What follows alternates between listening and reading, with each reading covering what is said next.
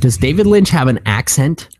Benny and the Jets. Benny and the Jets. Does David Lynch have an accent? Yeah, he's like from the cornfields of Iowa or something. Oh, see, because like I always imagine him having hey guys, I'm David Lynch. That's what he sounds like. Really? That's a pretty good impression. This is how I always expect. Hello there, I'm David Lynch. This is how I expect David Lynch to sound. Hello, this is David Lynch.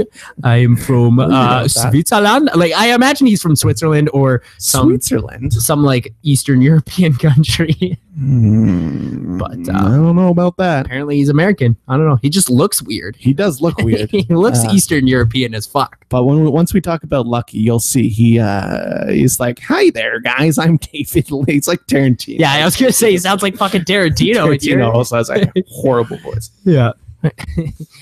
Face made for directing. Welcome to the Movie Epidemic podcast. I'm your host, as always, Buck Hollywood LeDuc, and joined by one little baby Chadley. One baby, not three, one. Today we're talking about some films.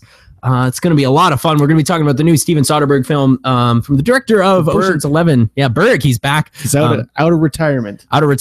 After Magic Mike, I thought he was done. So well, it's his swan song. Yeah, that's true. They are masterpieces, those Magic Mike films, if you've never seen them.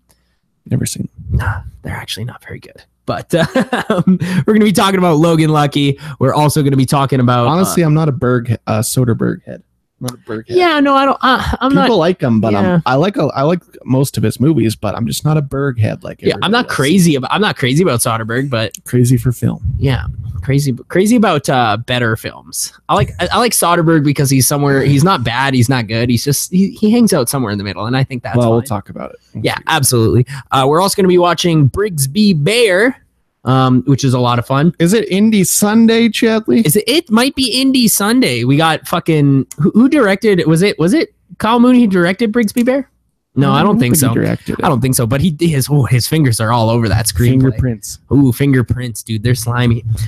He's never washed his hands. We're also going to be talking about Patriots game. It's the second movie in the Jack Ryan franchise.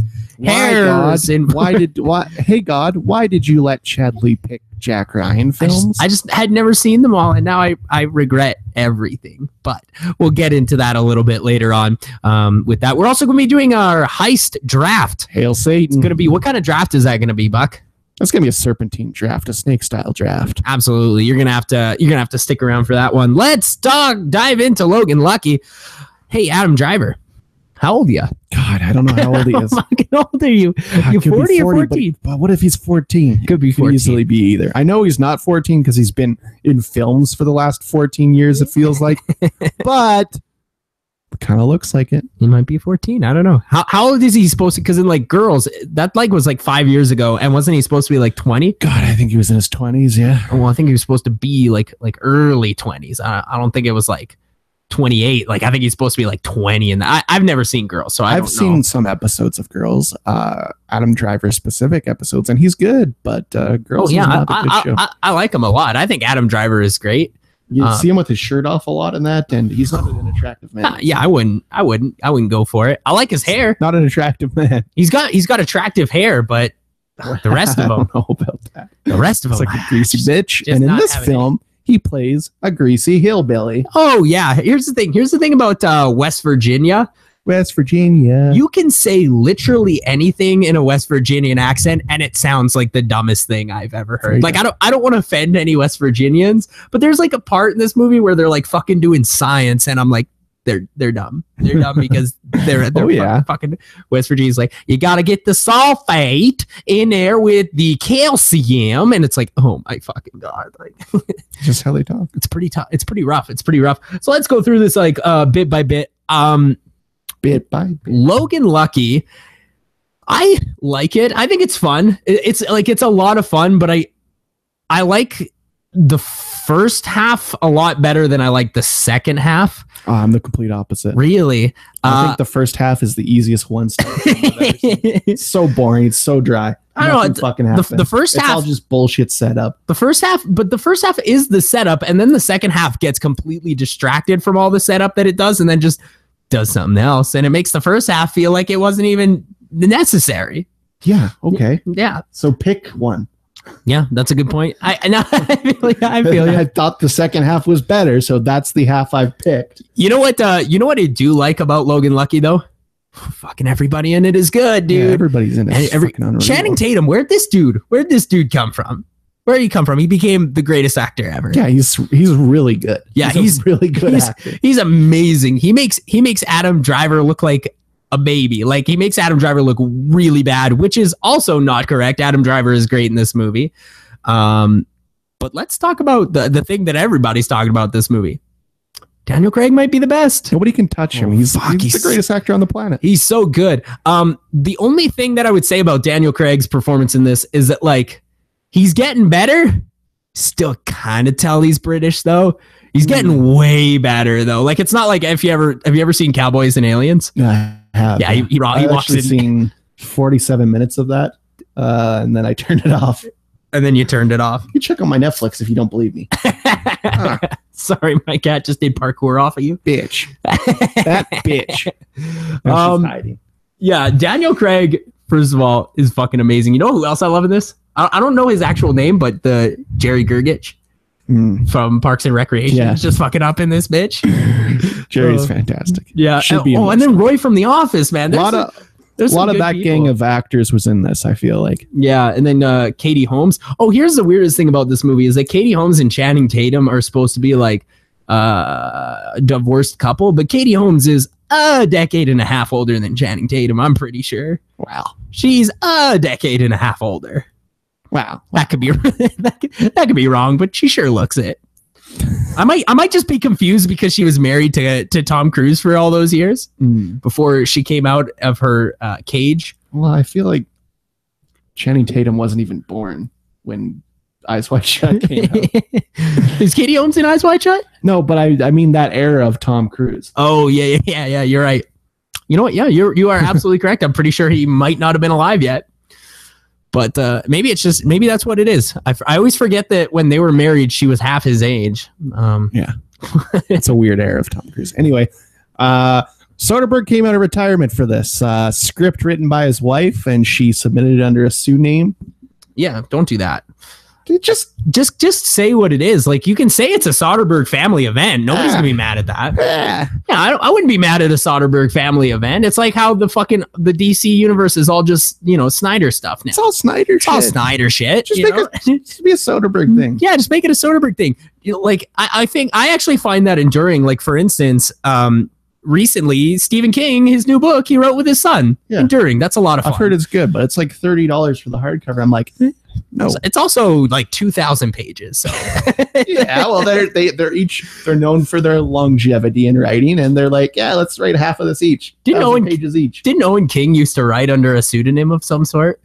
He used to do a fakey name. Yeah, I think he still does. Didn't he write Horns? Well, no, I think that's the other one. Oh, Joe King. Yeah, that's Joe King, not Owen. Yeah. Oh, dude, all these boys got into the writing. Damn boys, they knew what they were doing. Well, when you learn from the master, it's true. It makes sense. Maybe the best living author. Well,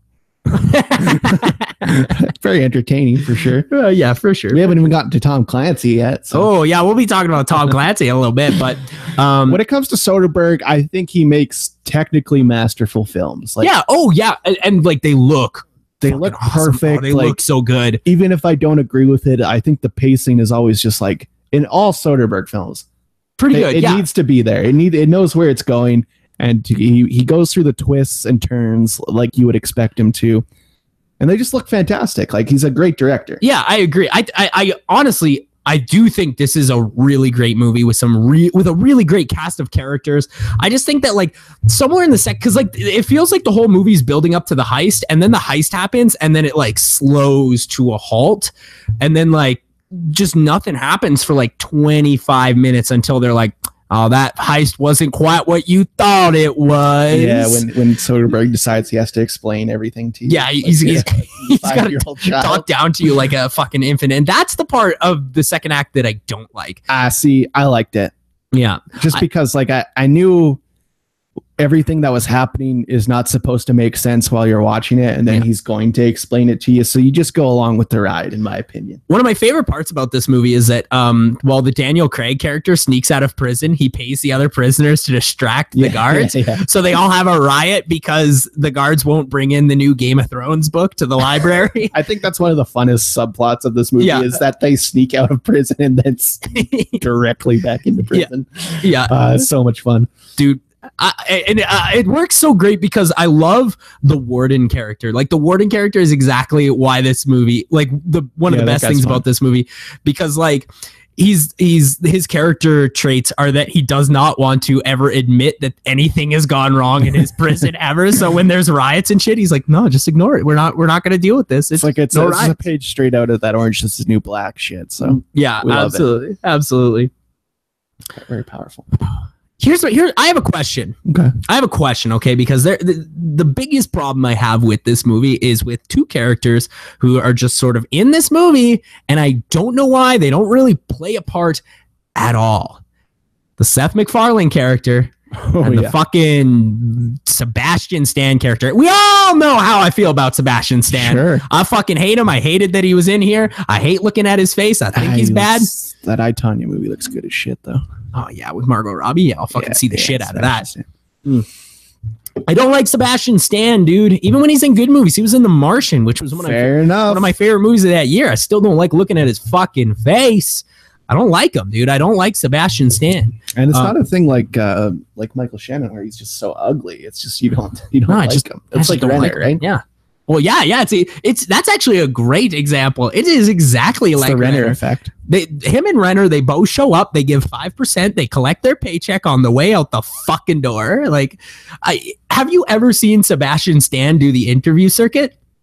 No. Of course you fucking actually, I think he did during like The Winter Soldier, but movie's named after him. He had sunglasses on and he looked like he was sleeping for a lot of them. Chris Evans is just doing all the talking. Yeah, Chris Evans, he kind of loves doing that shit. Yeah, I don't know why. Oh, Chris Evans and Chris Pratt, dude. Those are the two dudes who have the most fun, dude. And Taika, apparently. Taika hates doing it. He was forced to. Because he's the most interesting person who worked on Thor. That's true. We'll talk about that next week. Yeah. But Seth MacFarlane. Okay. Why? Why is he in this movie? Fuck if I know. What is even that character's third build? He's third build. He's barely in the movie. His character has absolutely no purpose. The only reason the character is there at all is to do that weird reveal at the end where they're like, oh yeah, the Seth MacFarlane guy saw Adam Driver in the tunnel. Yeah, the eyewitness thing. But then Sebastian Stan fucking lies about it. Don't know why that happens. Yeah. Don't know why that fucking happens. And the whole thing's debunked and it doesn't fucking matter. If you needed to have a eyewitness account in this, could be anybody. Doesn't matter. Yeah, could be fucking anybody. Why does it have to be? Oh, I'm sorry. Are one of the guards? How about the guards that they beat the shit out of? Yeah, sure. There you go. The guards that they look at that. Sorry, whatever your wife's name is, Soderbergh. Just wrote a better conclusion to it. My bad. We did that by accident. We came up with that. Upon we did not figure that out like beforehand. That just rolled off the tongue. Yeah, that's some dome shit. And then fucking Seth MacFarlane rolls up, straight up doing the Stewie voice, which is annoying as piss. Like British and has long hair. Because here's the thing, is that when he does the Stewie voice, like it's obviously a caricature voice, but it's not like a good British accent. It's not even a real British accent. Yeah, it's just a shitty caricature voice that sounds vaguely British. And that's what he does in this movie. And he's like, yeah, I'm totally British. And it's like, nobody fucking talks like that, Seth. You can do it. Okay, look, Family Guy is a cartoon. I'm not going to argue with that too much. Cartoons are about silly voices. This is a fucking motion picture. You can't do this. 100%. Why did we decide this? I don't know. I do like the scene where Adam Driver lights his car on fire and then he gets mad, but that's about it. And even then, it's more Adam Driver being funny than him. Adam Driver's got some chops on him. Adam Driver's good, man. I don't think Adam Driver's a funny man, but he's got some chops on him. Yeah, I like Adam Driver. I like Adam Driver because every joke he tells it with a frown on his face, and that's a lot of fun for me. Yeah, that was what was that Patterson movie? I think it was. Yeah, Patterson. He was just straight face telling jokes. Yeah, he's straight face talking to that Chinese man. Dude, that's one of the funniest scenes in cinema. Dude, Patterson rules. That's a great film. Yeah. it feels like there's a legitimate plot here. And then like sometimes there'll just be scenes where the plot gets distracted from what it's trying to do. And then all of a sudden it's like, it's about a beauty pageant. And I'm like, well, what the fuck is this now? What's the beauty pageant is in here? And I know his daughter's in a beauty pageant and it's part of the plot. And it eventually does become important to the plot.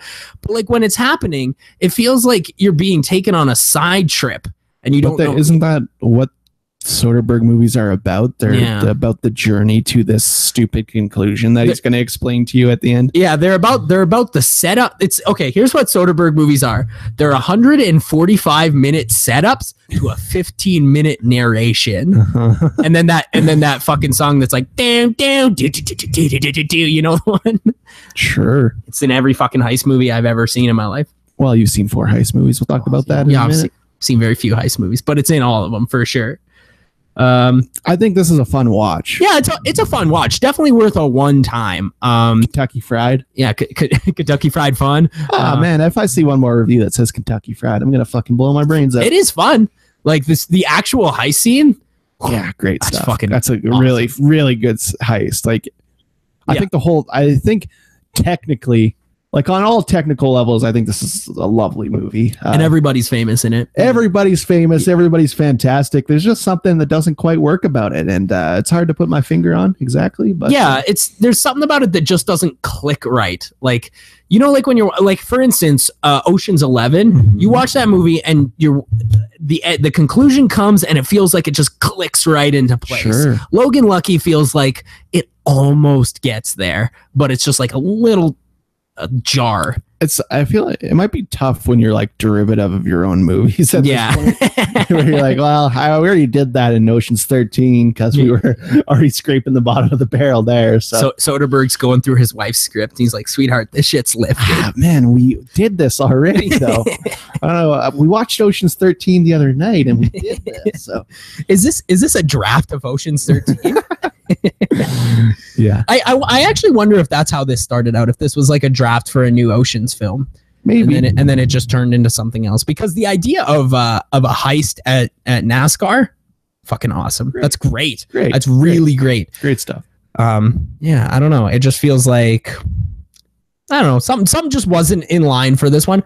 Great watch though, a lot of fun. It's worth it just to see Daniel Craig. Yeah, Daniel Craig, he's fucking so good. I'm really excited for his career post Bond. I think he's really going to be picking some fun stuff after that. Well, like after watching Logan Lucky, I'm wondering how he's going to live post Bond, because he's looking old, man. He's looking real old now.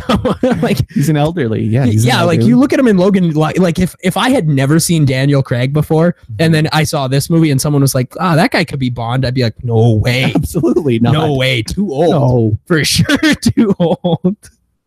Oh man.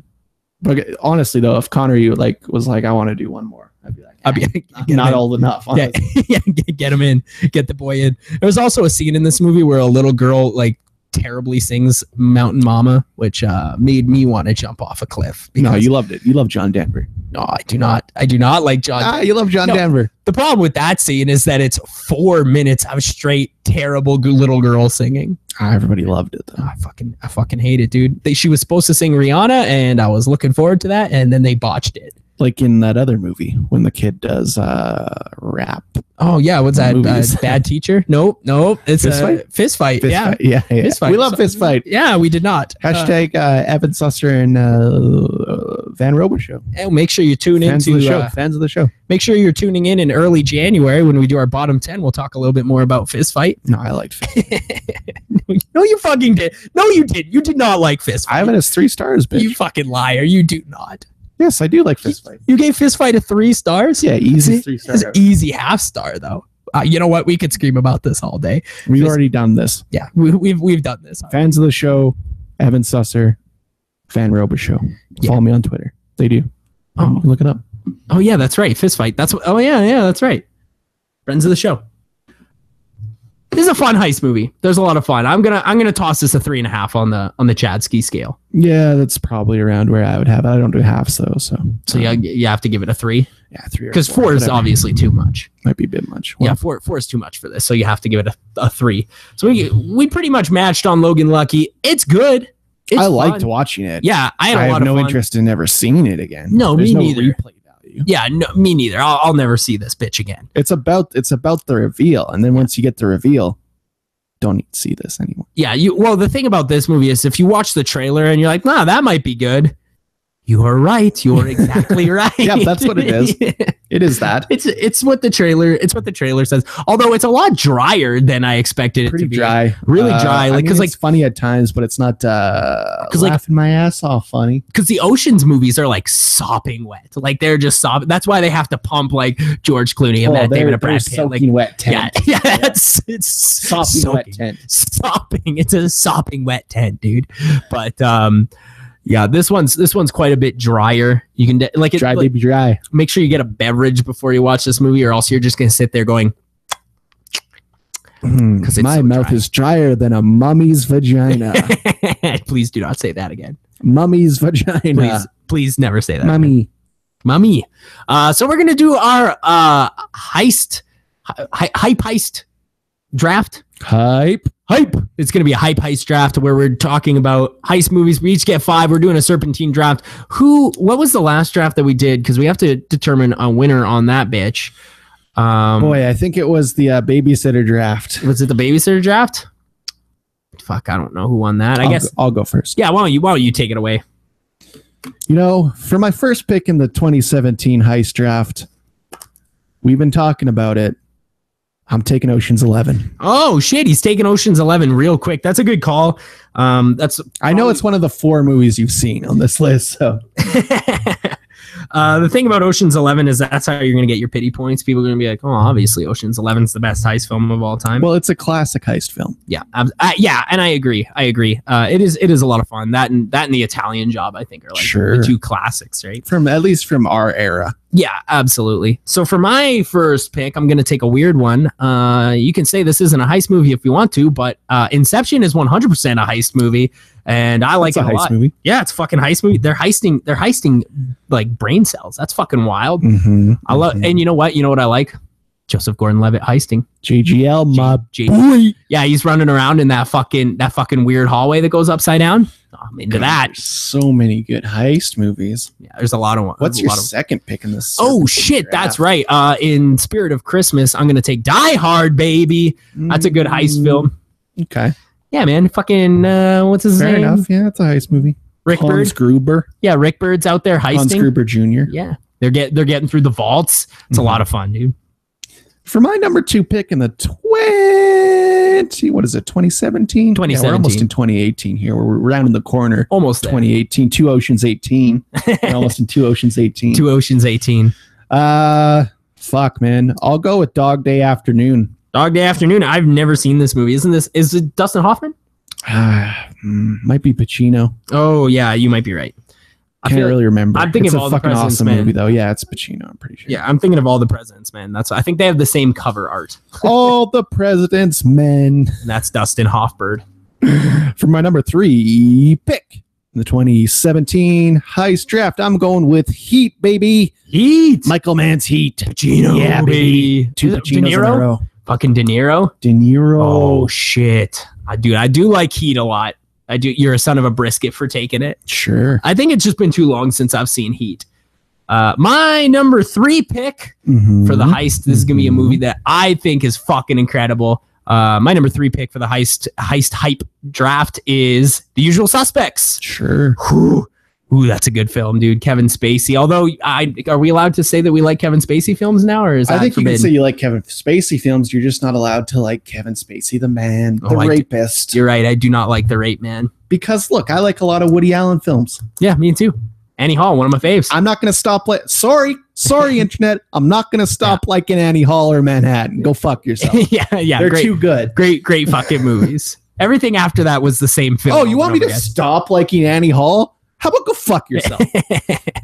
I'm certainly not going to stop liking American Beauty. Ooh, go fuck yourself. 100%. Although that one might hit close to home because it is about him trying to fuck teenagers. But it's good, though. That's the thing. Good true. Movie. What's your number 4? My number 4. I assume you've never seen this film. Starring, what's the guy from Gandhi? Oh, Ben Kingsley. Ben Kingsley. This is Sexy Beast. Sexy Beast. I've never even heard of this film. Real fun heist film. This is another. Sean Bean. You okay? Did you just power down? Sean Bean. Sean Bean? I think he's Sean Bean's in there? I think he's the bad guy in it. Oh, rest in peace, Sean Bean. He does die in it. Oh, fucking of course he does, dude. He dies in every film. Anyway, Sexy Beast is an awesome. It takes place in like a villa in Italy, or I don't know, France Riviera maybe, and a lot of stuff goes down. That's a fun one. For my last pick, I'd be remiss not to get Stanley Kubrick's heist film on here, so I'm taking The Killing. The Killing. Stanley Kubrick's early film. That's about a heist at a racetrack. Oh shit! Is this early Logan Lucky? Sort of similar to Logan Lucky, but instead of cars, horses, baby. Oh, horses, baby. And instead of Soderbergh, we have Stanley Kubrick. And the thing about Stanley Kubrick is he refuses to make anything that's not a 5-star film. So even his early shit that no one has seen is a 5-star film. I've never seen this film, and Kubrick's my favorite director. I can't believe I've never seen this. Yeah. My number 4. Okay, this one's silly. Are you ready? This one's silly, and it's a totally no, it's not Fast 5, but it is a totally different type of heist film. Oh, Chappie. No, it's not Chappie. Oh. I'm taking National Treasure, baby. Oh, that's a wild pick. Heisting the Declaration of Independence.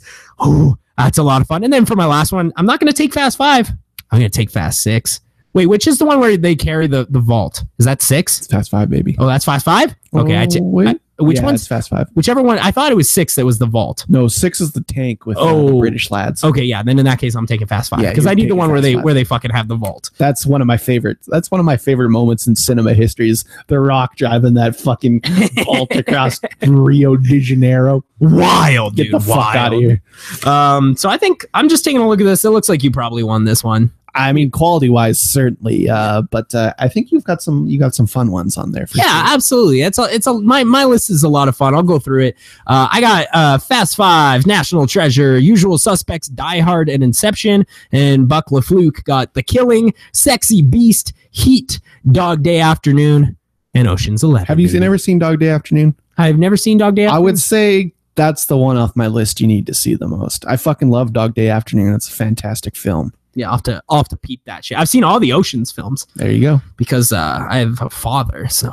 So, there's some other ones, Lock, Stock, and Two Smoking Barrels. I would like to give a shout out to that one. I was going to put Chappie. Reservoir Dogs, of course. And of course, Point Break. Point Break, yeah. Point Break, yeah. I just feel like too many people put Tarantino stuff on their lists, so. Yeah, I was sort of. Breather, Tarantino. Yeah, I could have. We love you, bud. But I could have thrown Reservoir Dogs on there, but instead I put National Treasure. I'm excited for this new Tarantino flick. It's Manson murder thing. Oh yeah, didn't Weinstein no longer got his grubby hands? Nope. I think it was Sony. I think Sony is going to pay him an absorbent amount of money for this because you gotta. Yeah. You don't. Tarantino ain't cheap, and it's not like his movies are gonna fail, right? No. There's no failure. Like in Hateful Eight when he broke that priceless guitar from the 1800s. Ooh, yeah, I do remember that. That's a lot of fun. Ooh, and they were pissed. They were pissed that he did it. But he's like, he obviously knew about it though. And he's like, no. That was the art department. They put it on the set. I had nothing to do with that. It's like, but you're Tarantino, so obviously you're like, we're breaking this 1800 fucking. I bet you there's an interview out there with Kurt Russell where Kurt Russell admits that Tarantino knew. He knew the whole time. He knew. So we've been watching these Jack Ryan films for some reason. Sorry, this was my choice, and I'm gonna take a wild stab and say sorry, because they're not good. No, they're the most like adequate, streamlined, Johnny generic fucking action movie from the 90s you can possibly think of. Well, from watching this movie, okay, first of all, we're jumping into Patriot games. That's right, yeah. This one has an amazing cast. Yeah, like really good cast. Fucking cast is awesome. You got Sam Jackson in there, Harrison Ford, James Earl Jones, Richard Harris, really fucking Sean Bean awesome. In the mullet. Yeah, Sean Bean with a mullet. Yeah, I feel like Sean Bean had a mullet. A lot of stuff in the 90s. I stay for the mullet, though. I come for Harrison Ford running. I stay for the mullet. Yeah. Hell yeah. But this movie, it's like a spy movie, right? Like it's clear that they were trying to make the American equivalent to James Bond, and it didn't really pan out that way. But here's why this movie is no good. Because Jack Ryan is the least interesting character ever. I agree with that. I do think my God, we talked about this last time. Great concept, an analyst that turns into a field agent. I think they gave him too many credentials in this one. They're like, he was ex-Marines. He's in the Navy. It's like, just make him an analyst that is like good at field shit. That's fun. And they're like, he's so perfect. We need to get him into the CIA, baby. Yeah, baby. Yeah, I don't know. I actually think the storyline for this one is a lot of fun. And I think that has a lot to do with Tom Clancy writes coherent work. Yeah. And I think this one's one of his better storylines. I like the storyline better in this one than the next one. But I like this movie less because there's just so many...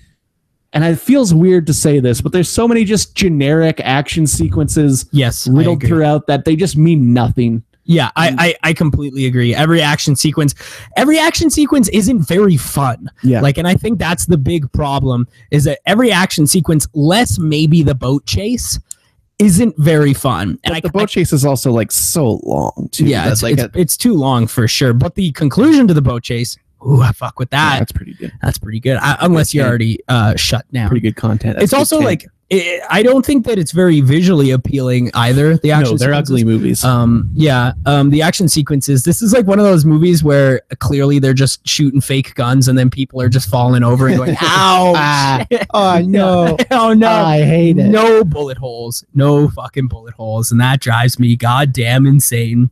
I mean. This movie is an action dad film, right? Oh, yeah. This is like, I would say this is like the pioneer I've of never the action talked dad to my dad genre. about this movie, but I know he's seen it. My dad has seen it. My dad likes it. I talked to him about it today. Okay. Yeah, I wanted to get Papa Bob's Cliff Notes real quick. Yeah, Bobby's notes. And he thinks it's awesome. I think Sean Bean is an excellent villain. I just kind of wish he did more. Yeah, I do like that, like when they're like doing the IRA stuff. I think all that's fun. Yeah. I like that more than some of the political stuff that we get to in these films, which there is a lot of. So much. Oh, it's so much in the movie, dude. I feel like the movie is interesting for like 5-minute segments at a time, and then there's 20 minutes of bureaucracy. But like, and that works fine in Tom Clancy novels, I'm sure, because you're reading it. Yeah, doesn't work on screen. It's a novel, yeah. Whereas on screen, it just becomes infuriating that they're not fucking doing anything. Please God, do something. And then there's like then there'll be a 20-minute fucking action scene where nothing matters. Oh man, there's like that action sequence in this movie that like starts off really good with Sean Bean in the brown van shooting at the mom and the daughter, and abrupt end. Just it starts. And like 30 seconds later, it's just over. And you're like, oh, that could have been cool, but instead it's not. It's fantastic. And then Jack Ryan just like watches. It's like, what the fuck? It really did lay the groundwork for like Taken, though. This is like a good family like abduction. Not exactly, but like family in peril. Yeah, absolutely. I think this is very derivative of a lot of Liam Neeson's later work, and I think that's fine. Or vice versa, rather. Liam Neeson's work is derivative of this. And I think it's done a lot better in things like Taken. That being said, I don't think this is a bad movie. I just think it has so many dry spots. I don't think it's bad either, but also I don't really want to watch it ever. I'll never see it again. No. This is the second time I've seen it. I looked on my Letterboxd account. You can follow me at Jesus H. Macy. And the last time I saw it was actually May of 2015, which I bet you're thinking, wow, that seems like that's pretty long ago. Oh, feels like I saw it yesterday. Like that's how fucking. Here's the thing: is that that's how little I want to rewatch this movie. You probably remember just as much about this movie right now as you did from that May 2015 viewing before you rewatched it. Well, for the next one, that's certainly true because I barely paid attention, but. Yeah, I think I don't want to talk too much about Clear and Present Danger yet, but I do think that Patriot Games is better. I think it's a bit of a better movie. I just like the Irish handle so much more. Like I think it gets a little. It doesn't get as distracted, but we'll get into Clear and Present Danger next week.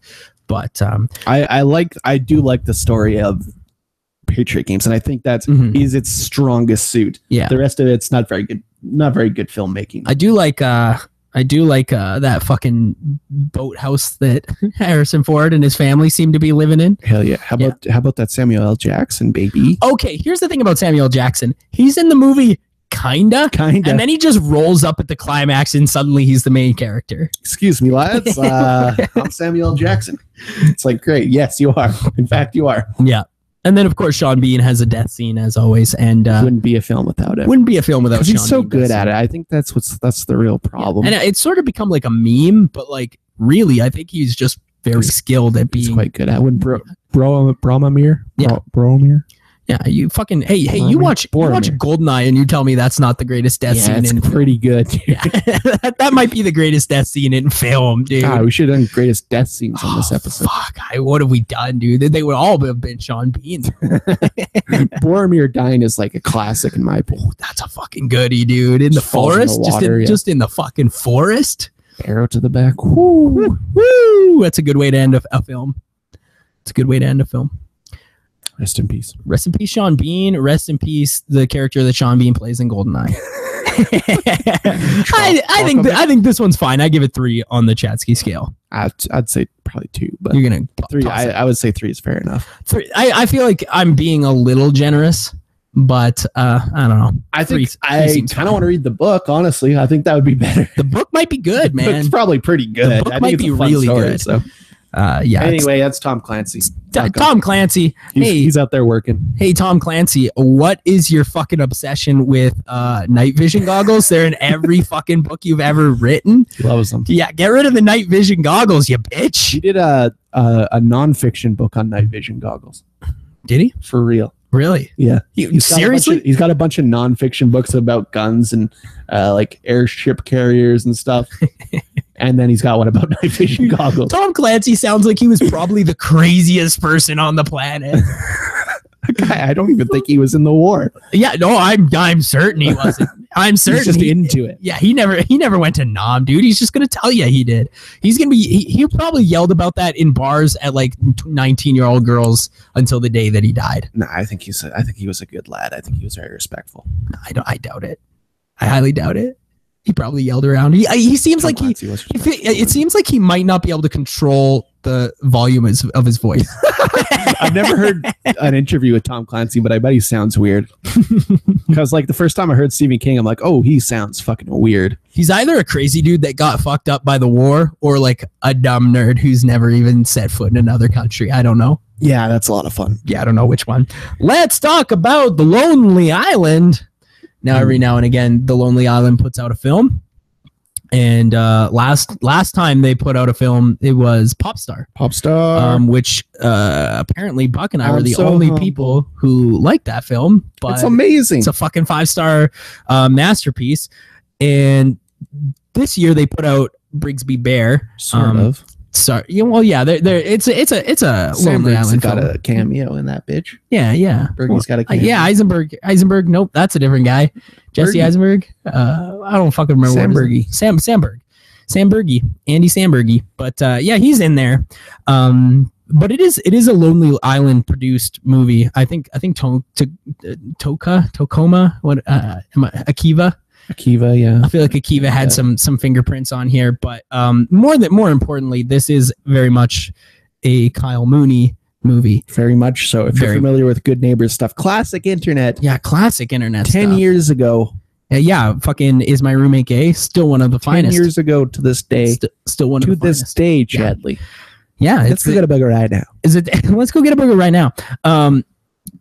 Brigsby Bear. Now this movie I feel like was unfavorably judged by the critics because I fucking love it. It's one so of the specific movie I've seen in a long time, but it is for specific lads. Yeah, it's for like it's clear. Like you and I, we got pretty blackout, and then we watched this movie. As someone who grew up on this sort of comedy, yeah, I think it's very specific. I think if you like Kyle Mooney, like, and the characters he plays on SNL, if that's your focal point for Kyle Mooney, you're gonna like this movie. Yeah, because it's just Kyle Mooney playing like a funny autistic guy, and man, it's like it's so great. Like this movie is written exactly the way I would have written it. I almost wonder if I did write it. I'm scouring my Twitter to see if I've made any of the jokes in this movie so I can sue them. Yeah. Because if you don't know, how creative copy works in this day and age is you no longer have to apply for copyright. It is applied automatically on anything that you write. So that includes Twitter and podcasts. Yo, so we're gonna have to listen to 2 years worth of podcasts just to find all the jokes. I bet you if we cut apart every episode of the podcast and glued it together, we might have the entire film of Brigsby Bear. It is exactly the type of jokes that we So what make. happens in this movie exactly, Chad? This movie has a wild plot that is absolutely fucking hilarious. Apparently, so what happens is Mark Hamill, our boy, he kidnaps this kid at a very young age, raises him as his own son, and raises him and convinces him that the world is in fallout and that they obviously cannot go outside. And in doing this, he also produces and creates a TV show called Brigsby Bear, which then becomes the only TV show that his kid, or his quote unquote his kid, is ever exposed to. Right. And Brigsby Boy 1, Brigsby Boy 2, Brigsby Boy 3, Brigsby Girl. And then they create like fake internet forums for Brigsby Bear and like fake video sites for him to upload classic episodes of Brigsby. It's a whole charade. And then they get found out and they go to jail and they return this guy at the age of like 25 to his actual parents. You're 40, but okay, 25. Yeah, I think they're trying to pass him off as 25. Yeah, it was something like that. But what happens then is that obviously this dude's been brainwashed, so he's obsessed with Brigsby Bear. So the whole movie is about him trying to come to terms with being obsessed with Brigsby Bear. Greg Kinnear is in there being fucking hilarious. He's being so funny. He's back. Kinnear's back. I love Kinnear though. Yeah. Brigsby Bear is just like, it had me smiling, like basically from the moment it began to the moment. You are my friend. Like, you are my friend is one of the classic jokes. There's the first time he ever gets a hand job. That's a lot of fun. He's like, I'm sorry that I have to do this to you, but I don't think I can marry you. Super funny. That's a perfect joke that I would have written. We talked about this while we were watching it, but I feel like that Mark Hamill part, that could have been William H. Yeah, it should have been. I feel like it was supposed to be. It feels like a William H. character. But then you have like the bit where like Mark Hamill's producing Brigsby Bear and he's got to put all those funny voices. But do you think William H? Do you think he could have? I don't know. Here's the thing: it seemed like a H character, but I do think Mark Hamill did well. I think Mark Hamill did fine enough, which is something I will rarely say because I do think Mark Hamill's a bad actor. Yeah, because he had to do all the silly voices in this movie. It sort of worked out. All right. Yeah, and then essentially what happens after that is that he jacks all of the police custody costumes and material from the Brigsby Bear set, and he decides to make the film version of Brigsby Bear. Movies about making movies. We love them. Movies about making movies. Yeah, absolutely do love. And there's a fucking scene where he's trying to do all practical effects. And they're like, no, we'll just CGI, and then he fucking creates a bomb. When they make the bomb, that's so fucking funny. That's perfect, dude. It's so good, dude. And I don't know, there's just something so charming about this movie that I think everybody's missing out on. Like, I think this is... I understand how someone could find it annoying. Yeah, that is kind of the humor of Kyle Mooney, Beck Bennett, and that little boy, Rick Underwood or whatever. Rick Underwood, is that right? Something like that. No, it's Nick Rutherford. You're pretty close. Nick Rutherford. That sweet little boy, Nick Rutherford, who was in it for like Yeah, he's in it for a second. Beck Bennett made an appearance, which I was hoping he would. Bennett was in it for quite a bit. He played one of the detectives. Yeah, hanging out with Greg Kinnear. I like Beck Bennett as a straight man. That's a really funny joke to me. I don't know. I just feel like the same thing happened to Popstar last year. Is that Popstar came out? It was fucking great. And nobody cared. Nobody gave a shit. They just like sort of let it pass. And it's just a shame because it seems like the same thing happened again here with Brigsby Bear. Because I think it's more because this one wasn't as wide of a release. This one wasn't a wide release. Yeah, but, I do think that comedy is niche, and especially this type of comedy. When it comes to like a Seth Rogen movie, anybody can watch that. Make funny. That's broad comedy. But when it comes to like niche alt comedy, you're gonna have a tougher go. I think that's the problem that Popstar suffered. They tried to make it a broad comedy, but ended up being a niche comedy.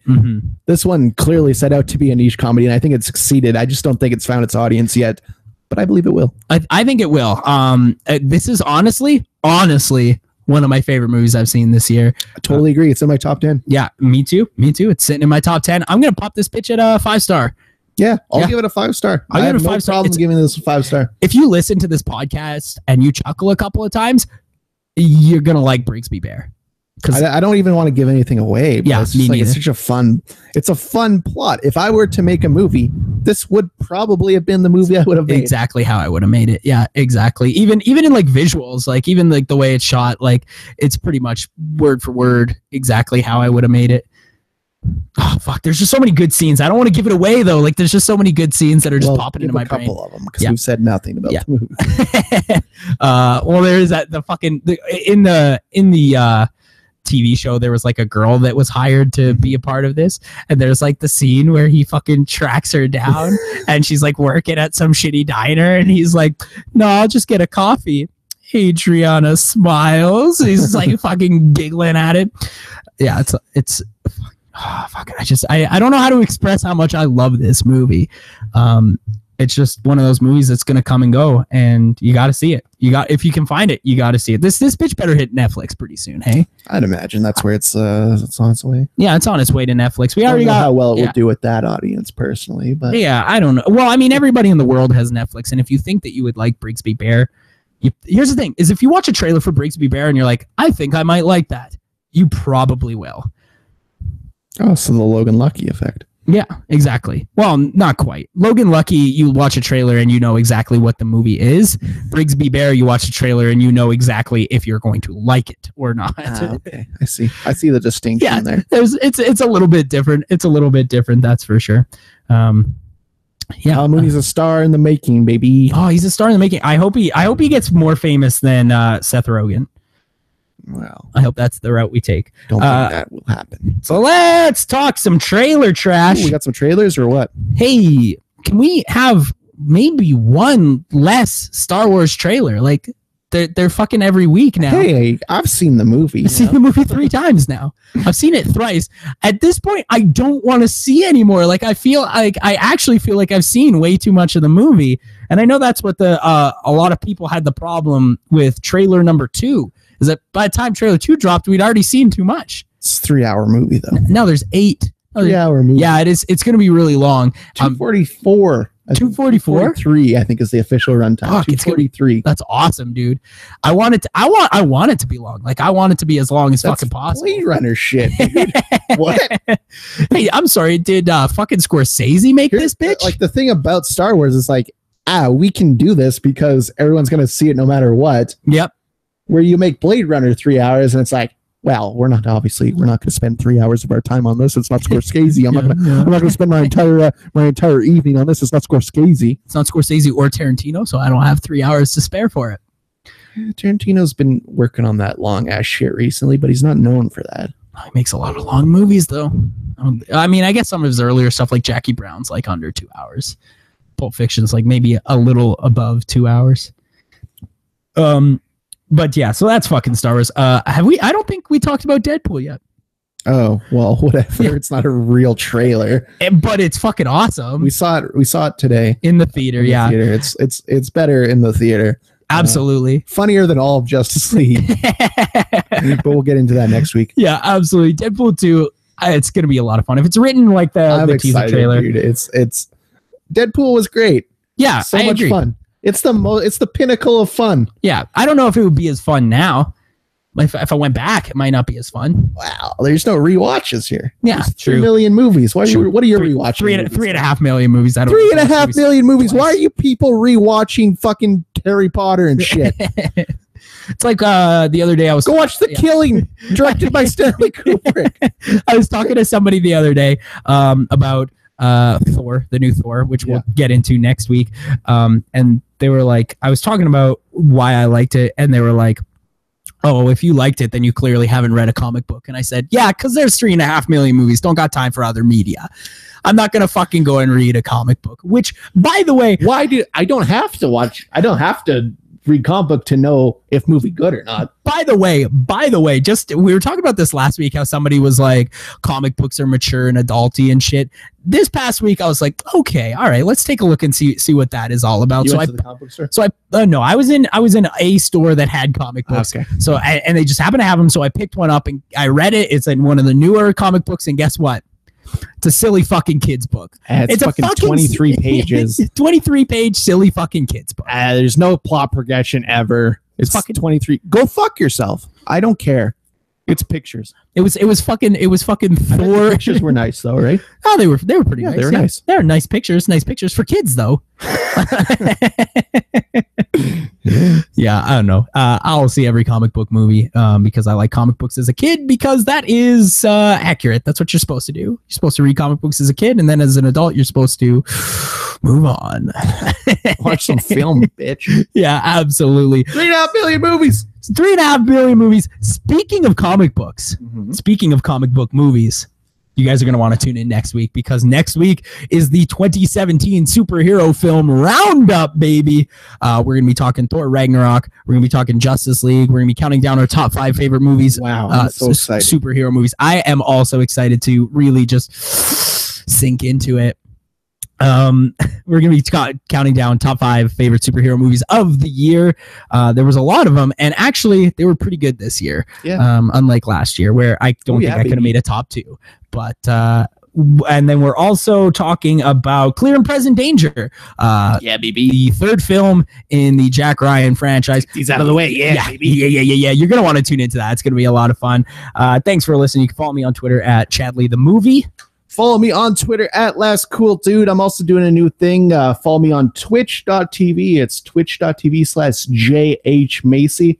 I've been watching public domain movies and doing my own Mystery Science Theater shit on that. So, I didn't even, what the fuck? I just started it recently. So. Okay, I was gonna say I never fucking even. But my boy Craig, the Craig Guys on Face, did a raid on me last night and had like 60 people watching public domain movies and playing Rocket League with. What were you watching? I forget what it's called. Lady Frankenstein, I think it's Spanish movie. Public domain. Yeah, it sounds bad.